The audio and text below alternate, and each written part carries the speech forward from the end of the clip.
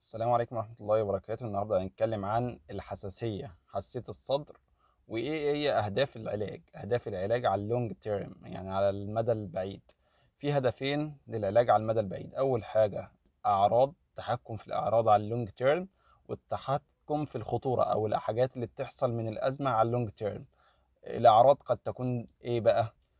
الاعراض اول حاجه ما فيش اعراض، يعني ما فيش ضيق في النفس، ما فيش كحه، ما فيش اي حاجه من الحاجات دي. وما فيش مشاكل في النوم، يعني ما فيش سليب ديستربنس، يعني ما بيصحاش من النوم مره واثنين وثلاثه وياخد البخاخات بالليل خالص. وما فيش ليميتيشن في الموفمنت، يعني ما فيش مشكله عنده في الحركه على الاطلاق. يعني لو جري في الشارع او عمل تمارين او راح الاكسرسايز بتاعه او راح السباحه او راح اي حاجه، لعب اي تمرين، مفيش مشكله عنده. اللونج تيرم ازمه ريسك مينيمايزيشن، يعني تحسين الخطوره على المدى البعيد او خطوره الازمه على المدى البعيد، تشمل الامور الاتيه: مفيش نوبات حساسيه، يعني نو اكسسربيشن. الابقاء على وظائف الرئه، يعني وظائف الرئه كل ما نعمل وظائف الرئه كل سنه مثلا او كل 6 شهور نلاقيها زي ما هي، مفيش ديكلاين، مفيش انخفاض في وظائف الرئه.